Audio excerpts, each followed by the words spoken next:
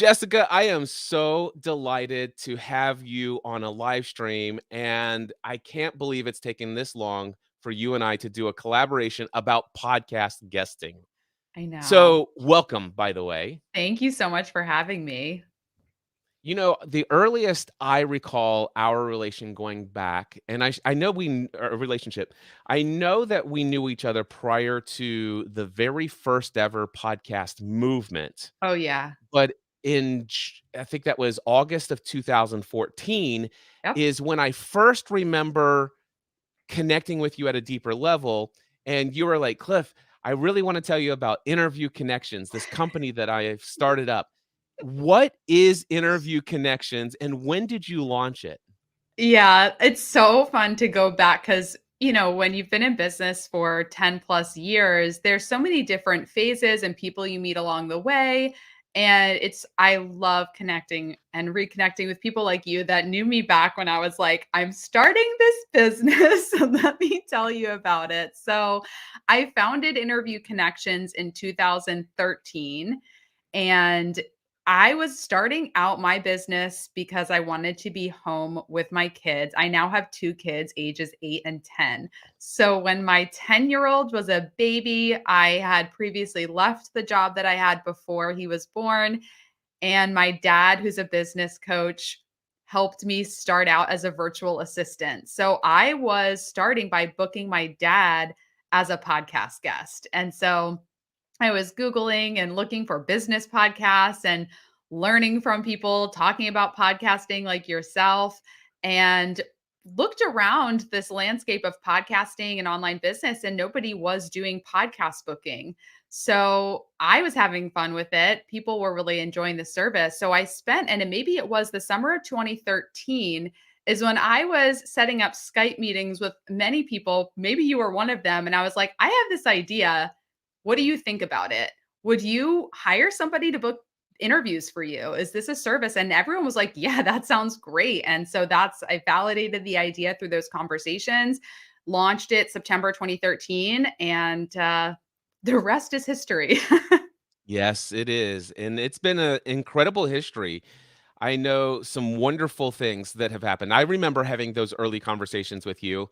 Mhm. I am in a unique position where anytime I've ever wanted to be a guest, back when I think it was in early 2018, I was ready to promote the Free the Dream conference. Mhm. And I'm like, okay, I really need to reach out even beyond my network to be able to reach the type of audience and the size of audience that I want to come to this live conference. And I know the only way I'm going to be able to do that in the shortest amount of time possible is to show up in an incredibly powerful way as a guest on podcasts where my target audience for that conference are listening. Yep. And I'm in that unique position that I've personally been responsible for helping 40,000 people launch a podcast. So I've never even considered the idea of going over to Interview Connections and Yeah. signing up, hiring you guys to help me get booked. I typically just go to my alumni Facebook group and I say, hey guys, I'm looking to get booked on these podcasts. If you have this target audience, click here. And before I know it, I'm doing 3 podcast interviews per day 6 days a week during Mhm. the early part of 2018. It was an insane schedule, but let me tell you, it worked. So, I'm a huge believer in being a guest on podcast. In fact, as the podcast answer man for 12 years of my life, people always ask me, Cliff, how can I grow my audience? And that's not just from podcasters, that's just also from people who are entrepreneurs, even if they Mm. don't have a podcast. And I always told people, hands down, there's nothing you will ever do to grow your audience faster than being a guest on other people's podcasts where your target audience exists. And I will say this, I have had the honor and privilege of sending many of my clients over the years to Interview Connections. And unlike some other services out there, which I haven't referred to, but I've heard feedback from, I will tell you, I've never had anyone have a negative experience with Interview Connections. In fact, it's only super positive. And the only thing I've ever heard recently is that, wow, that's quite pricey. And I'm like, yes, and it's worth it. Yeah. All right. So, with all of that, I want to talk about podcast guesting. I want to tap into your expertise. You've been doing this for a decade, Yeah. helping people get launched on podcasts. Yeah. So, I think the first thing that you wanted to share is the magic of the one sheet. Can you tell me what a one sheet is? I've never used one, and should Cliff Ravenscraft have a one sheet? And if not, the person who doesn't have access to 40,000 people he's helped launch a podcast, or Yeah. she, should they have a one sheet? And if so, what should be in it? Yeah, for sure. So, yeah, you're in a unique position where you have this existing audience of podcasters. So, you probably don't need a one sheet clip. Most people do, though, especially if you are actively trying to get booked on podcasts. You are doing the pitching, you have somebody pitching you. That is where it's really important and really, really helpful. And I coined this term podcast one sheet because when I was first pitching and booking podcast guests and booking, my dad specifically, I'm reaching out to podcast hosts, introducing myself, saying, this is Jim Palmer, here's who he is. And I realized what would make the host job a lot easier is if I gave them a snapshot. This is the bio, this is who it is. These are some topics you could talk to them about. These are some questions you can ask them.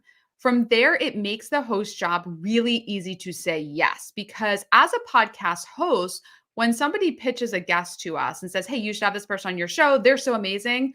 Okay, they sound amazing, but that sounds like a lot of work to figure out, okay, how do I introduce them? What topics should I ask them about? What questions should I ask? So number one, the one sheet is just a great way to help make the host job a lot easier.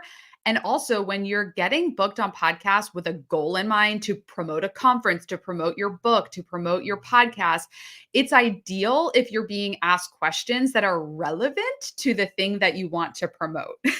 Like you can go, like one of my most memorable podcast interviews was I went on the Walking Dead cast because I became friends with the host at Podcast Movement. That had nothing to do with interview connections. So I obviously was not talking at all.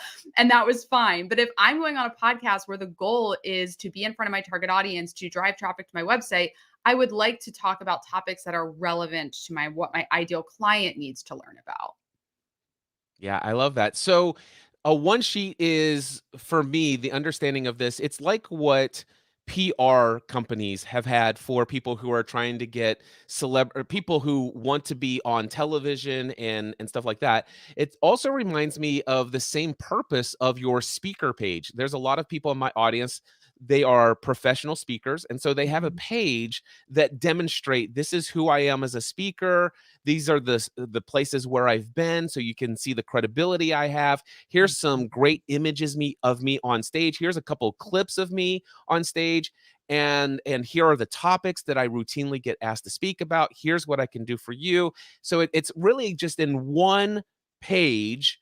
It is an introduction to everything that person needs to know to make kind of a snap judgment. Should I Mhm. have this person as a guest on my show? And also, I love what you said. It makes it easier for the podcast guest. It's like, wow, this person comes not only with a topic in hand, I've got a list of questions I can ask. This makes my job super easy, incredibly valuable.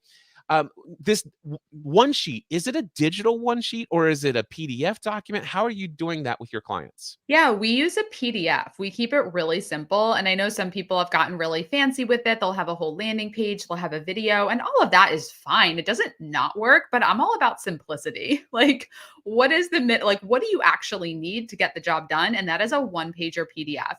Emphasis on the one, because some people like to go crazy and have it be multiple pages. It's a one pager.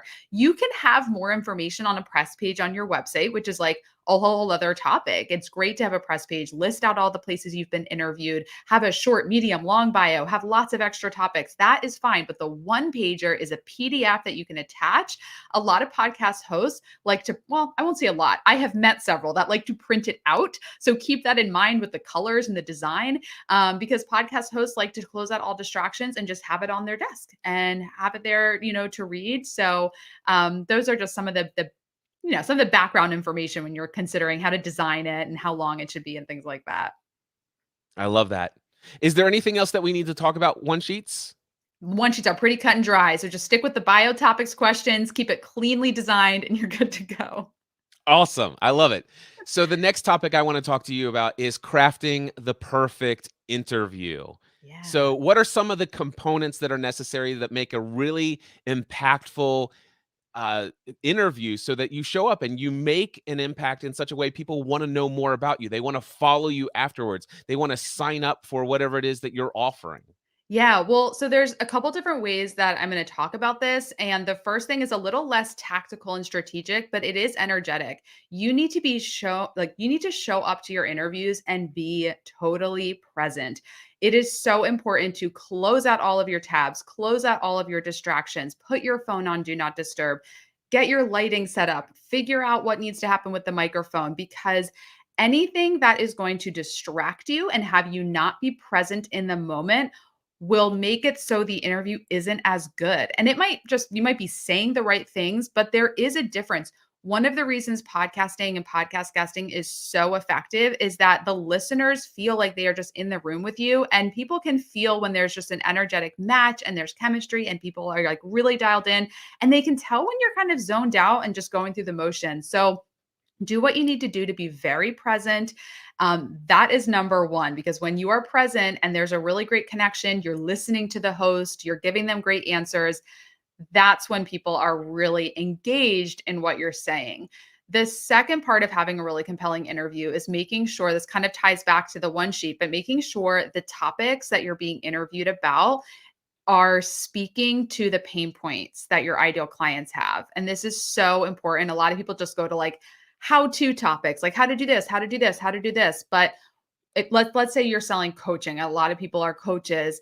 What are the pain points? Like, what are the root cause of the problem that your ideal clients have when they come to you? Like, what are they really struggling with at a deeper level, not just surface level, but like as you can go deep as you can, and then have those listeners feel like you're in their head, and you're like, if they're thinking, oh my gosh, Cliff really gets it. Jessica really gets it. They're like getting deep below the surface. That's when listeners are pulled to you and they're like, oh, like you want to set off those light bulb moments during the interview and then support all of that with stories. Storytelling is a really important part because not only does it show your experience, it shows that you have credibility, it shows that you've done this before, and it also showcases what you do without being salesy and promotional. Like, this is what we sell. But if you're like, I helped a client get booked on 30 podcasts, and from that, they tripled their business, that's a story that showcases what I do, but it's not like me being promotional. So add in those stories that help create that emotional connection and showcase your experience. I love that. And just have a tactical thing that I want to add. If you're going to Mhm. go through the expense of hiring somebody to help you get booked on a podcast and follow all of this stuff, show up with your energy, I just have one little tactical piece of advice. And that is, when you're a guest on somebody's show, don't do verbal affirmations. Ooh, So a say verbal more. affirmation is this. So, Jessica, I want you to just speak. I'll tell you what I want you to do. I want you to tell me about your favorite podcast interview that you've ever done, like with a celebrity that you're like, oh my gosh, I feel intimidated. So, and then what I'm going to do is, as you are answering this question or you're telling me the story, I'm going to do verbal affirmations. Okay, of course, my mind just went blank because I'm like, have I ever done a podcast interview before? I love this. Not that you're on one now. And Okay, it's I been a will tell decade you. since you. Now I'm Yes. going back, literally. So the first big guest I ever had was our mutual friend, Michael Stelzner. I Oh, had yeah. Michael on my podcast, and this was when I was first starting out my show. I was so nervous because I am here Uh-huh. talking to one of the most successful entrepreneurs in this space. I have so Oh my little gosh. experience. Okay, I see what you're doing. Wow. Uh-huh. Yeah. So verbal affirmations is where for me, when somebody asks me a question, sometimes they'll give this verbal affirmation. And by the way, I'm not saying don't do any verbal affirmations, but be very intentional and very strategic about your verbal affirmations. Sometimes a verbal affirmation can be an indicator that you are present and in the moment. But one of the things that those who are not seeing right now, this is being done as Jessica and I are recording this live. It's being streamed live on the internet. So we have video going, and she is doing affirmation. So she is nodding, and I'm seeing that affirmation. But sometimes, by the way, we might be on Skype. I just did an interview with my dear friend Megan Porta yesterday, and we were on Skype, and she didn't have her video on. So I'm like, well, I'm not going to have my video on and have to smile. My cheekbones all in, get locked up by the end of the hour. So I turned my video off. And so we didn't see each other, but I was still very intentional about not like agreeing with every statement. Every time she paused to take a breath, it's try to avoid that temptation if you have this habit of affirming and agreeing with every statement with a yeah, mm-hmm, okay. Oh wow. Yeah. Because if you listen to about a 30 or 45-minute or an hour-long interview, that can get quite annoying. So it's just a tactical thing. But if you're gonna pay to get booked on as a guest on a show, show up and it'll help you sound more professional if you've found that you've been doing this already.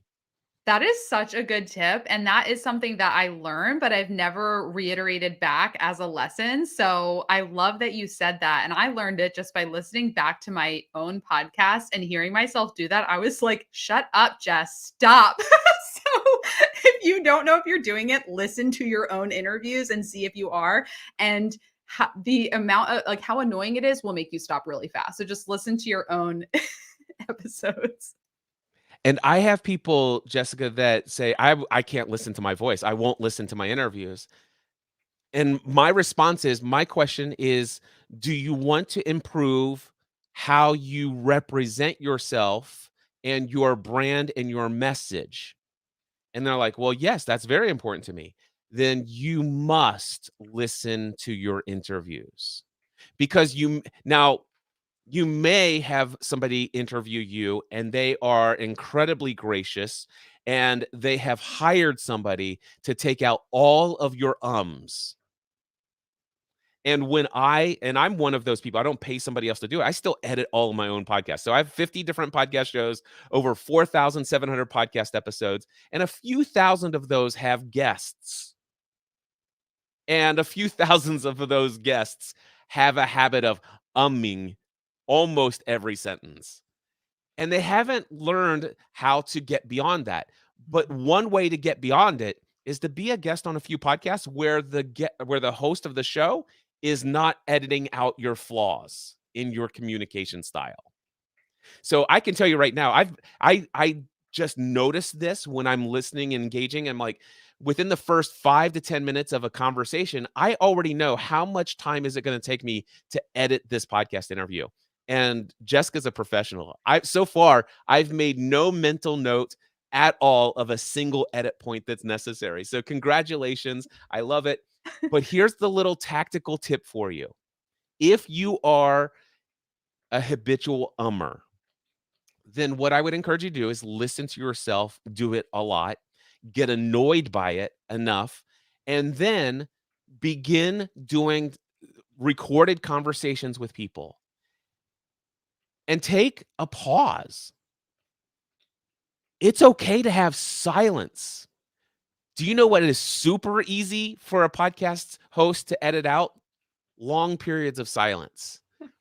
But to know which one of those things in the waveform is an it can be seen, it can be done. Yes, there are AI tools that will do this for you, but for me, I never want to take out all of the ums if it's a natural part of conversation. So I never trust an AI tool to go out and look at a waveform and see what an is and remove it for me, because sometimes it takes out a natural flow of conversation. And so if a person is a habitual I'm going to leave in maybe 3 to 10% of their because they were tied to the beginning of a sentence in a statement. But if it's a and then they continue on, then I'll take that out. But there's nothing wrong with thinking about what you're going to say next. Anyway, so I tactical love tips, I it had to so much. insert it. I love No, it. I love it. These are such great tips, and this takes practice. listening back, speaking a lot. I mean, I've been doing this for 10 years. I've been on, I've done hundreds and hundreds of podcast interviews, and I have elevated to the point where I know how to speak without using a ton of crutch words. I know not to do those constant verbal affirmations. It took practice. It took Yeah. practice. So, when we work with people at Interview Connections, like you said, sometimes people say, wow, that's pricey. That's because we only work with clients ready to commit long term. Because if you're only wanting to do a couple podcast interviews and see if it works, it won't. You have to commit long term for so many different reasons, but relevant to this part of the conversation, you won't be that good at the beginning. It's going to take time for you to build up your skill set to the point where you know how to be dialed into your message, how to deliver stories that are compelling, how to know when to tell a story and stop talking. Because lots of people like to ramble on until maybe the host interrupts them. But that just takes, it's okay if that's where you are right now, but don't give up after 2 months of interviewing. Keep going because you will get better and better and better. Yeah. And another tip, by the way, is if you don't have your own podcast, you might want to create your own podcast just so that you can get even more practice in communicating and editing your own voice. Yes, absolutely. The best podcast guests also tend to be people who have their own show. When you have practice on both sides of the mic, you have practice interviewing, you now understand what it's like for the host when you're a guest and vice versa. Are there any other tips that you have on your end for that perfect interview? Yeah, well, the last tip is to give an effective call to action. And this is where a lot of money gets left on the table. A lot of times people do great interviews, they give great stories, they're going on great shows, and they ask me, well, it didn't really work. I like podcasting. Podcast casting is fun, but I never got any business from it. And when I ask them, well, what was your call to action? They say, "Uh, I don't know. I didn't really have one. The host asked me where people can find me, and I just answer the question." And yes, that is how the call to action will be teed up. The host will ask, where can our listeners connect with you? And the key there is to not list out the inevitable 10 places online where they could potentially find you. Give them one place to go to connect with you. That one place should be free. Do not start pitching your $10,000 offer on a podcast. No, no, no, don't do that. Slap. It should be free. It should be high value. It should be easy to spell, easy to remember. Most people are listening to podcasts on their phone. They're going for a walk. They're working out. They're not going to remember your hard to spell name. So easy to spell, easy to remember, high value. Give them one place to go. And that one place should be the first stop on a journey that will hopefully guide them to working with you if they are the right fit and if your program is the right fit for their needs. Yeah, I love that. One of the things that I do when I get into a podcast interview, the end of a interview, and they ask me, "Hey, Cliff, thank you so much. If somebody wanted to find out more about you, if they wanted to continue to follow your journey, or if they wanted to reach out, how should they stay in touch? Where can people find you?" And this is my call to action, typically that I use. And granted, I want to let you know that I've already communicated a ton of stuff related to mindset, and I've given a ton of value that is resonating at a deep level about mindset. It's like, wow, I wish I could think that way. So that's kind of been the gist of the interview. So I say, well, thank you. Obviously, anybody that's listening to my voice right now already knows about podcasting. Sure, check out my podcast, The Cliff Ravenscraft Show. It's super easy to find. But if you really want value, I want to tell you about my opening keynote address to the Free the Dream conference. Now, I've given this talk at probably about 20 or 30 different conferences. Every single time it's a standing ovation. It radically transforms people's lives. I still get stories about 5, 10 a week, every week, of people telling me, Cliff, I just knocked off another thing on my list. So, all beliefs have consequences. That's the title. The first year of my business, you heard, I only made $11,000 net income. If you want to know how I got to the place where I went from that in my first full year of experience to where now I've generated millions of dollars in revenue and helped tens of thousands of people through learning how to podcast and now building online brands and overcoming limiting beliefs, you have to understand that it is not strategy. It is not techniques. You do not need another formula. You already know way more than you need to know to succeed in life and business. If you want to know why you're not succeeding, it's because you have beliefs that are holding you back. Every belief you have is going to have a consequence. And not only is it going to have a consequence, but the problem is you're unaware. You're not even consciously aware of about 95 to 98% of the beliefs that you have. You say, I believe I want this, and this is what I will get.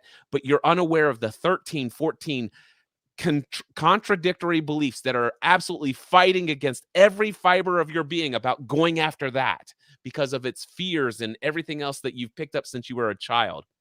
If you sign up for my All Beliefs Have Consequences talk, you will discover, number one, where your beliefs came from, how to become consciously aware of them, how to disassociate from them, and how to replace them with alternative beliefs. And you can get this for free, even though most people have paid thousands of dollars to attend conferences to get this advice. You can get it for free right now. This 1 hour video will absolutely transform your entire experience of life. You can get it for free right now. Mindsetanswerman.com/free. I That's it. love that.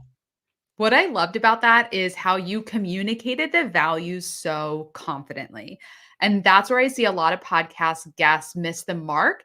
They maybe they don't believe, but they think they believe that what they have is a value, but there is this fear around authoritatively and with conviction telling listeners this will change your life. Get this. It's free. Here's where to get it. Like, it's not just the content of what you're offering, but it is the delivery that is going to motivate people to actually go where you're telling them to go.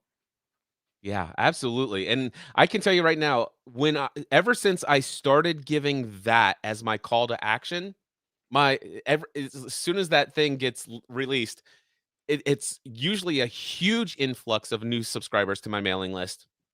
And then there's a trailing response for usually about 3 to 6 weeks. And then it starts to trickle back down, and I'm like, "Okay, I should go get on another podcast." That's so good. I love it.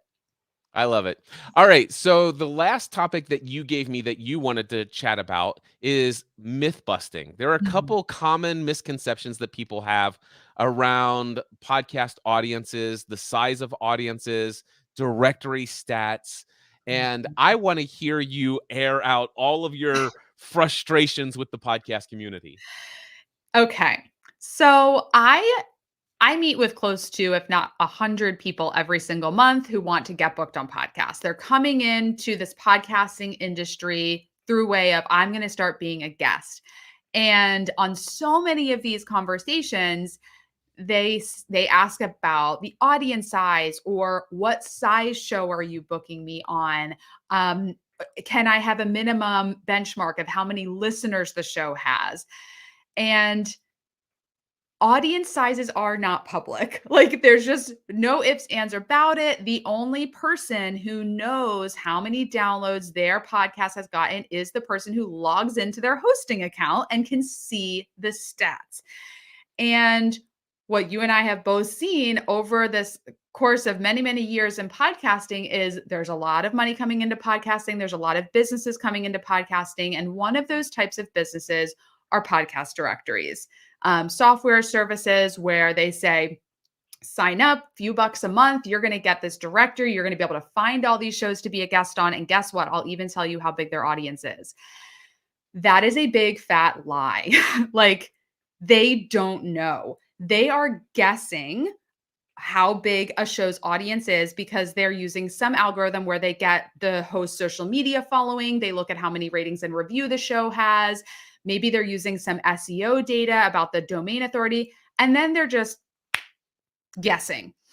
And it's just, it makes me so angry because it's all in the fine print of the website, but most people aren't going and doing that research.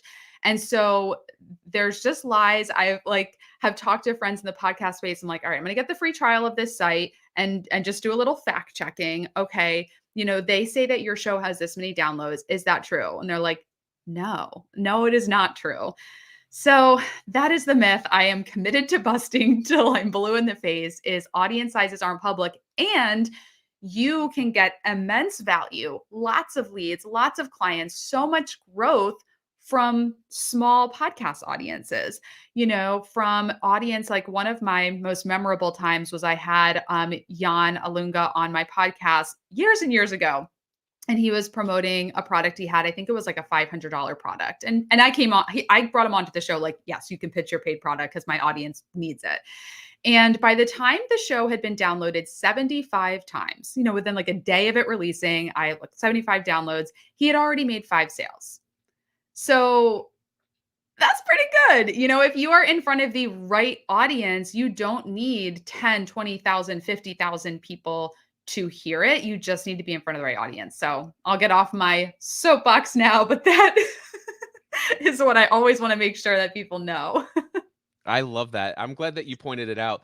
And it is true. Matter of fact, Apple doesn't know how many subscribers to your podcast there are. They only know how many people are downloading and listening to your show through Apple Podcasts. And Spotify doesn't know. They only know how many people through Spotify. And same with Google Podcasts. They only know through Google Podcasts. Only you have access as the podcast host to how many people are downloading your episodes. And even that isn't absolutely accurate. There's a lot of algorithm that has to figure out how many people started your podcast, listened to it for 20 minutes, and then had to stop and they finished it at lunch break. And that's the same IP address. But wait a second, what about a place where there's an IP address that's shared among 3,000 employees? What if 35 of those employees are all different, various independent listeners to your podcast? How can they figure this out? I mean, so there's so many things about podcast audience size and stuff of that nature. But one of the things that I want to just throw in there, and not many people think about things this way, but when I am looking to be a guest on someone's podcast, I'm kind of saying this publicly, and I'm just now realizing how many different of my audio podcasts because I think this is going to go into the Cliff Ravenscraft show. It's going to go into the all new podcast Answer Man, and I think it's going to go in Cliff's notes on profitable coaching. And I'm just hesitating. Do I say this out loud? But I'm going to. Sometimes I go to be a guest on somebody's show, not because I want to be exposed to their audience, but I'm looking to potentially have the host of that show become my client. And that's the whole purpose of me wanting to be a guest on that podcast is like, I love the target audience of people who are out there, who have a message, who have invested in creating consistent, high quality content for the world, and they are thought leaders. They actually have a leadership mentality. They have a heart of service. There are so many checklist items that a podcast host meets on my target audience list that oftentimes when I'm going, sure, I have the added benefit that the listeners might be in my target audience. And yes, I get that thing. But for me, it's all about that 10, 15 minutes after the podcast is done, the interview is done. It's that 10 to 15 minutes that now you didn't know who I was before you interviewed me, but now you know. And now there's an opportunity for me to have this personal one-on-one dialogue, and some pretty magical things have happened as a result of that. That is one of the things I talk about most often with podcast guesting as a strategy. One of the reasons I go crazy is saying you don't need to worry about the audience size because you can get a lot of leads and clients just from the host becoming your client. That is the one person you actually know is going to hear the episode. you know, I totally agree. It is the smartest way to approach podcast guesting is to focus on who the host of the show is. And I call that the green room chat. the time you're talking to them before the podcast interview starts, the time you talk to them after. And one tip for our audience here is to listen while the host is interviewing you. If they start going off script, they start asking questions that are not something that they've pre-prepared or that you've given them.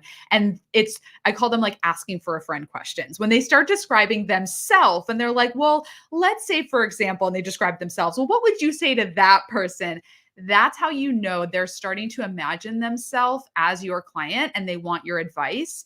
And what you can do to help inspire those types of questions is to tailor your answers to them. Learn about who the host is, read their bio, listen to another interview that they've done on another show so you get to know them.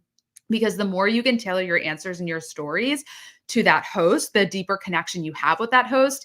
And when you have a deep connection with somebody, it's much easier for them to now think about working with you. Absolutely. And you just gave another this one's not a secret, but I will tell you it is something that I absolutely do.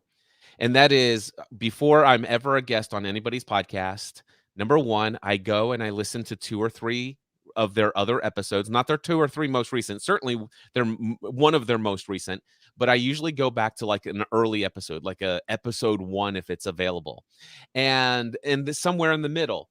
And then what I do is I read their about page.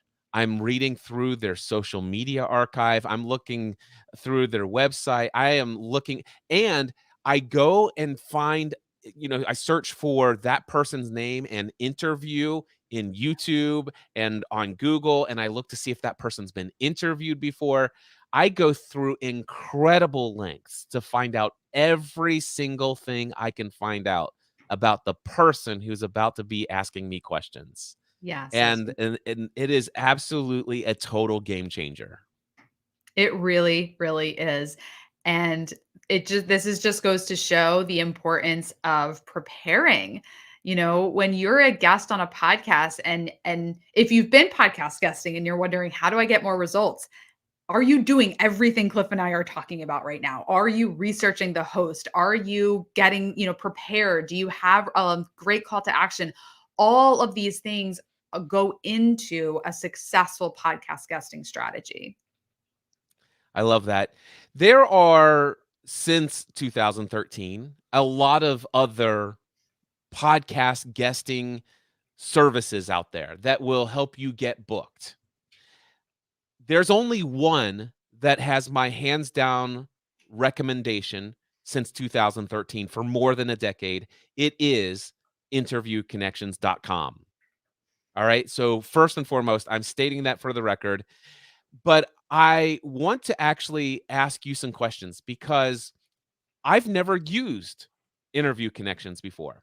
And so I have the unique ability to ask you some questions about your service from the mindset of somebody who's listening to this but doesn't quite know what all's involved. So, if I were to sign up for your service, what's the first step?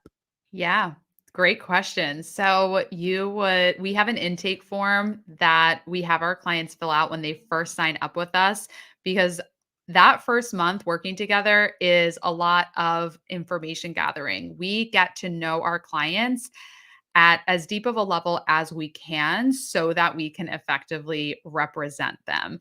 And sometimes we're like, can you just start pitching me tomorrow? Like, I have my bio. And we really take our time to get to know our clients and we ask about who is your target audience? What are your goals? What do you want to get out of this? What is your business?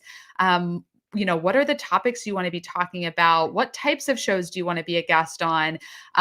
We like to ask, like, where are you at right now? Like, how many followers do you currently have across social media? Like, where are you at currently? Because then we want to see how far you've come once you have all this visibility. We create their podcast one sheet. So their bio, topics, and questions, we design that. We have a strategy call. We talk about what is your call to action going to be. So that first month is really laying that foundation, that groundwork. And we also have a membership site with trainings and resources. So a lot of the tips we're talking about here, we have a portal. So a lot of our clients will go in and start self-studying and really learning and getting as much of this information as possible so that when they're out there on the court doing the interviews, implementing, they have this knowledge from going through trainings and strategizing with our team. So that's what it looks like right at the beginning. So I just want to make sure I understood this. So the first thing I'm going to do is I'm going to fill out an intake form. Mhm. And am I hearing it correctly that somebody on your team is going to personally be in touch with me and ask me questions like over a Zoom call or something, or Yes. team meetings, whatever, just an online meeting? And so you're going to be interviewing me to pull out some of the details. And then you guys are taking the intake information and the additional insight that you got from me. And are you guys creating my one sheet? Yeah. So, number one, we have an amazing team. One of the things that makes it so some people say we're pricey is that we have full time employees. They're all local, they're highly trained, they are really good at this. So, you have a success coach at Interview Connections. That is your podcast success coach. So they are personally working with you. They're on a Zoom call. They're talking it through.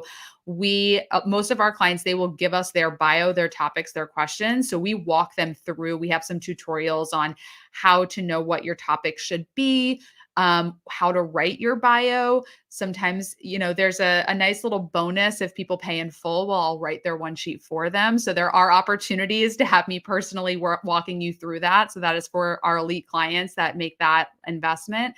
So they are giving us that content, and then we're helping to massage it and write it and finesse it and then design it. So we do the design.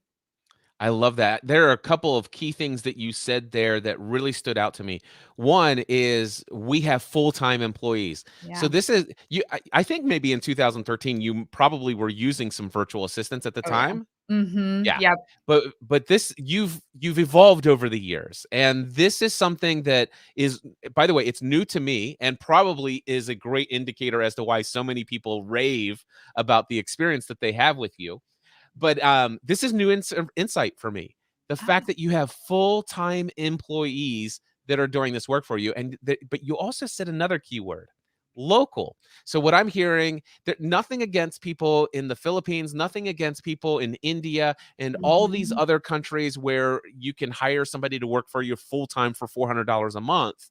Mhm. But you actually have people, am I hearing domestically here in the United States? Yeah, so our employees all live in Rhode Island, a couple in Massachusetts, Wow. because Rhode Island is like 2 feet long. So they're all in Rhode Island or Massachusetts.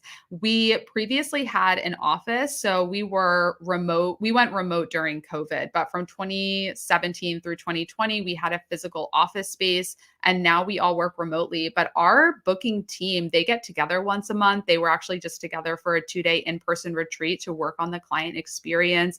I'm talking full-time employees, payroll, health insurance, paid time off. Like these are real full-time team members that like podcast booking, podcast guesting, this is their career. So when you work with Interview Connections, like you don't have a contractor who's coming in to bill me for how many bookings they got that month and then do their other work with their other clients. Like our team is top notch, amazing, and I love them so much. They're incredible and our clients love them.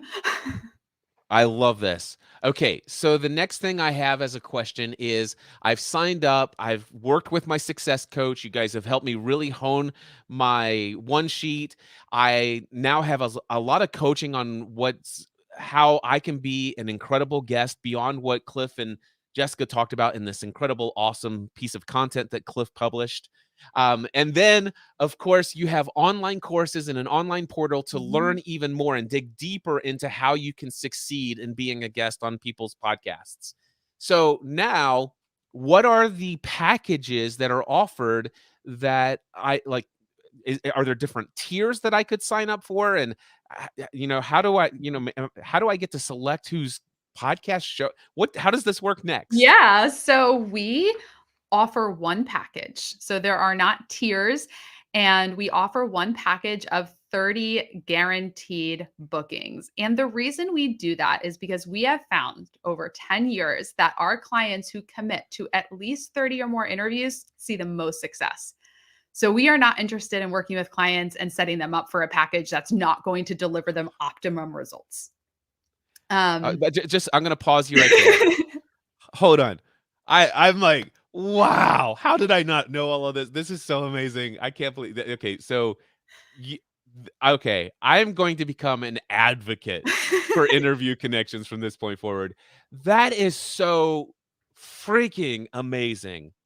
And by the way, here's what I can tell you right now. The people that I really want to go and sign up for your services, like me, they just got it.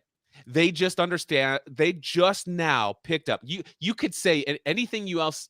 You could speak like Charlie Brown's teacher, mwah, mwah, mwah, mwah, mwah, mwah, for the rest of this episode. It doesn't matter. They've already, the people that I wanted to hear about Interview Connections has just made the decision to sign up for your service. And by the way, the ones who haven't been convinced yet, they're not your target audience. It's perfectly fine. Nothing against them. You can go out and hire virtual assistants to bug me like crazy with the stupid copy paste emails that are not personalized, and I hate them. Not that I'm sorry. I'm okay. All right. Continue on. Yes. So we offer 30 podcast bookings. Again, that is the minimum number of podcasts you should do to start seeing momentum, start seeing success. And I'd like to touch on the timeline because people ask why.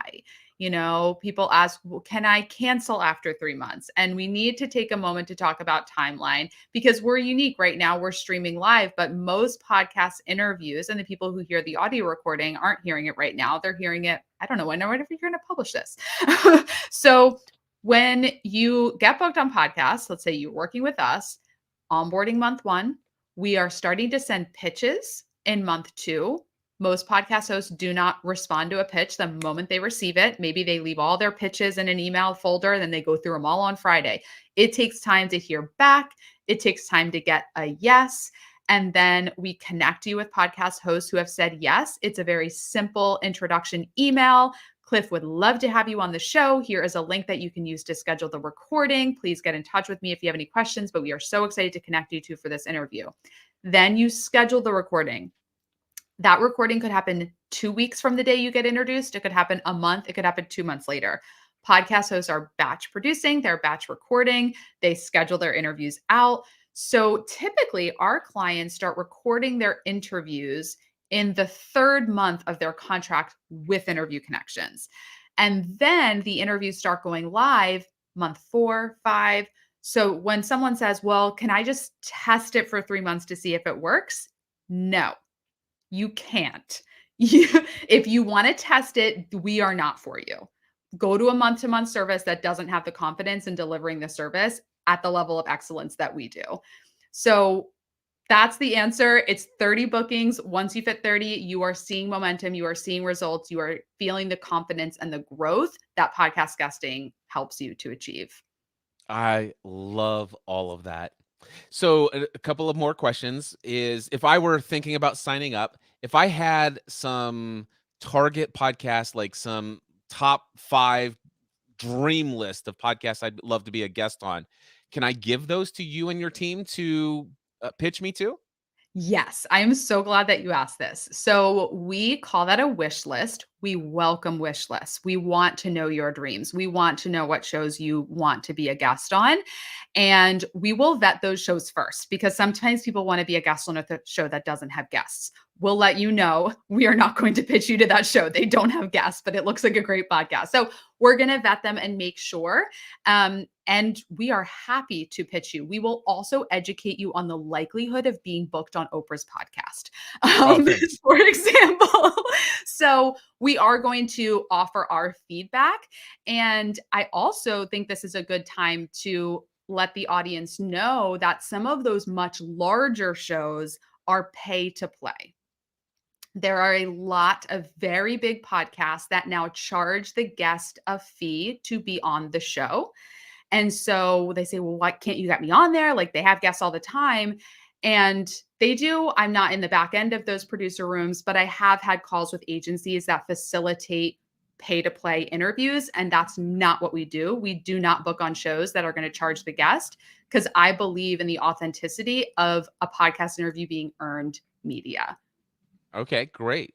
So if I had on my wish list a podcast that does have pay to play and I'm willing to pay to play, your service is not going to go and try to make that connection for me, correct? We'll let you know. We'll say, hey, they charge. If Oh, you but want, so if I say to you, hey, listen, I recognize and I appreciate the fact that you're not pitching me by Yeah. default to anybody that charges.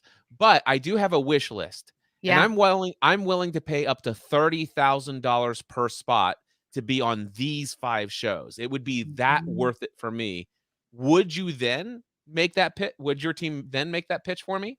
Yeah, I don't see why not. It's our clients' money. If they wanna pay it, they can. Our clients typically don't want to do that. Yeah. But yeah, we definitely can. It hasn't come up. Well, it might now. Yeah.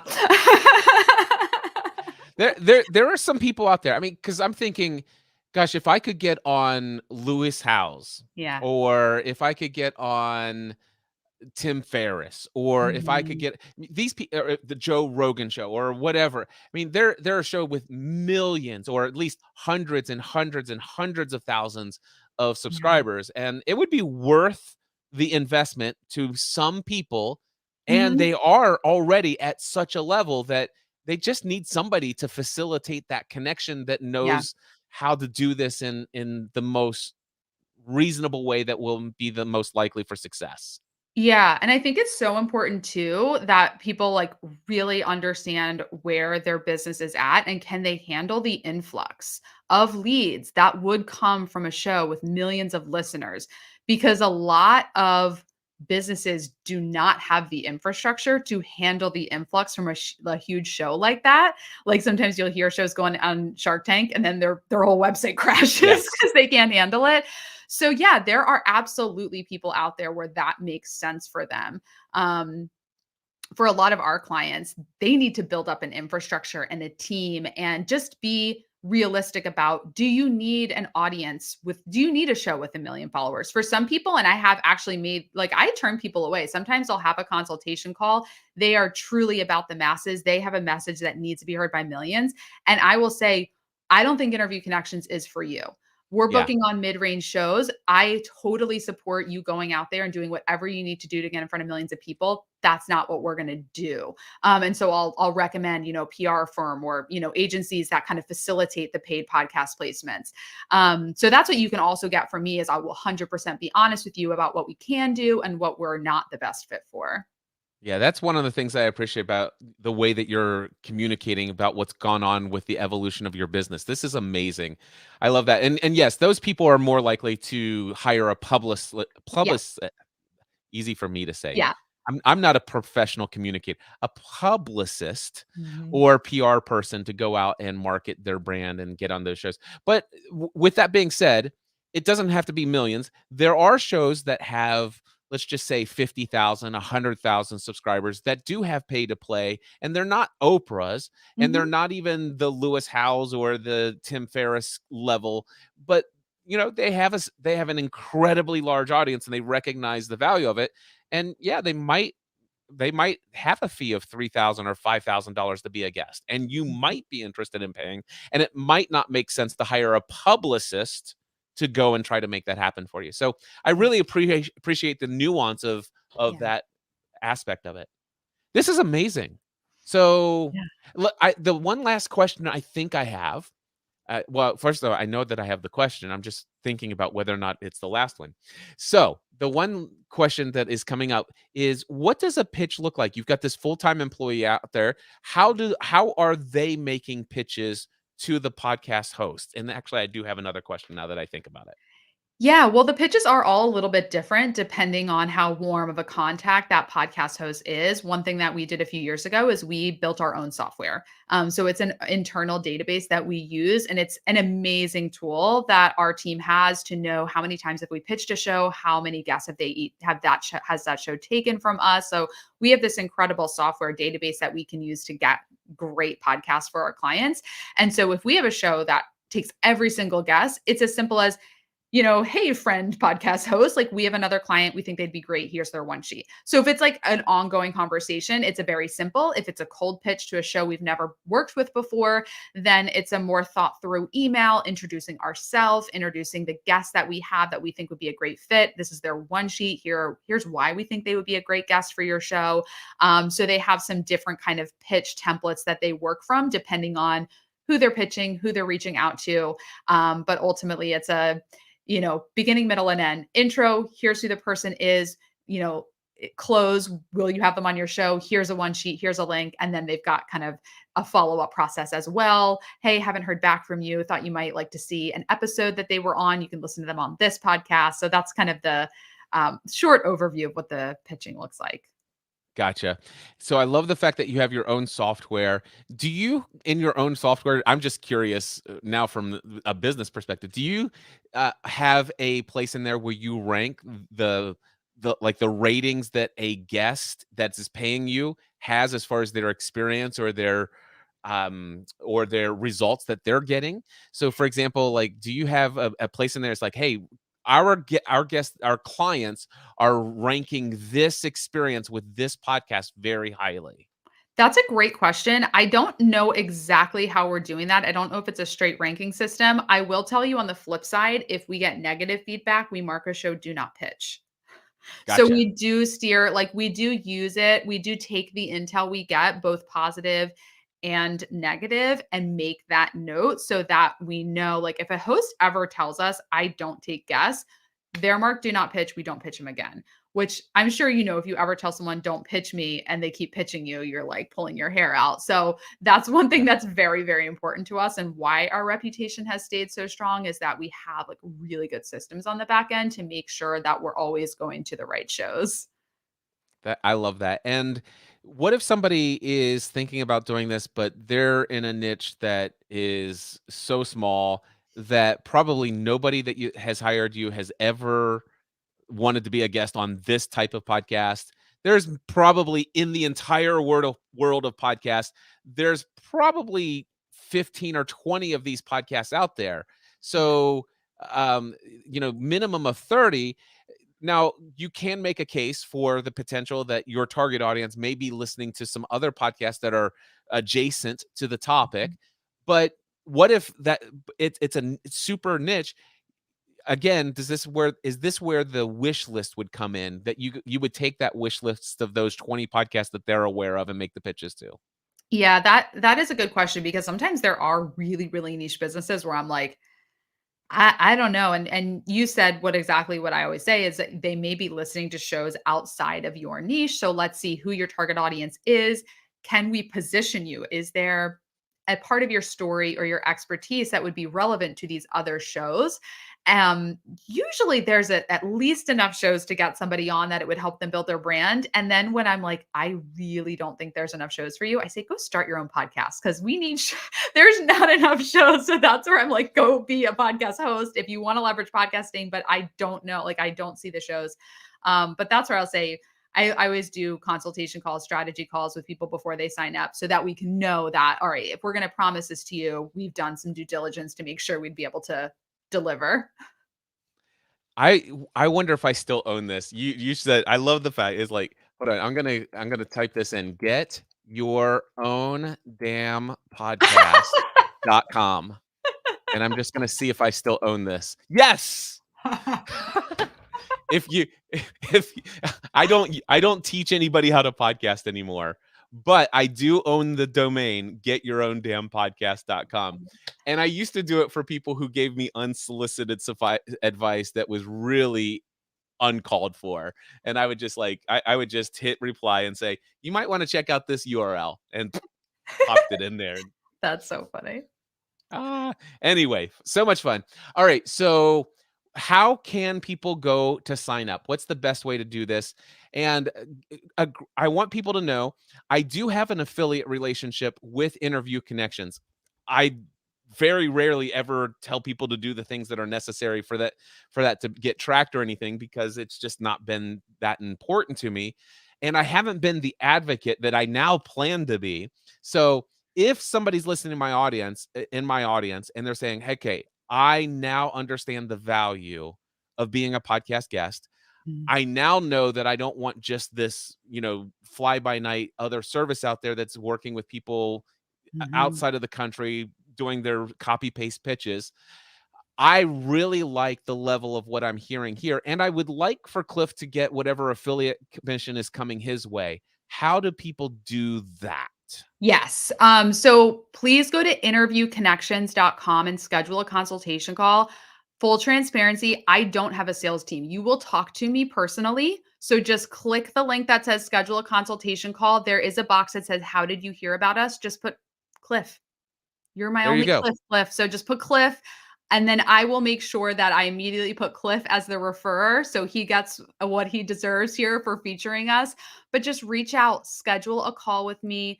Let me know that Cliff is who told you about us, and then we'll have a conversation again. When you have a consultation call with me, what you see here is what you get on a call. We're going to talk about your business, your goals, your target audience. We'll see if our service is a match for you, and then we'll get you signed up and get going. So I do encourage you to schedule a call. If you're like still listening an hour in, then it's time to schedule a call because that means you're interested enough to You're be ready. Let's thinking do about it. this. Yeah. So just head over to interviewconnections.com, click to sign up, fill out the intake form, and put Cliff in the how did you hear about us section. Yes. Jessica, I am so delighted we had this conversation today. You blew my mind with just how far your business has come over this past decade.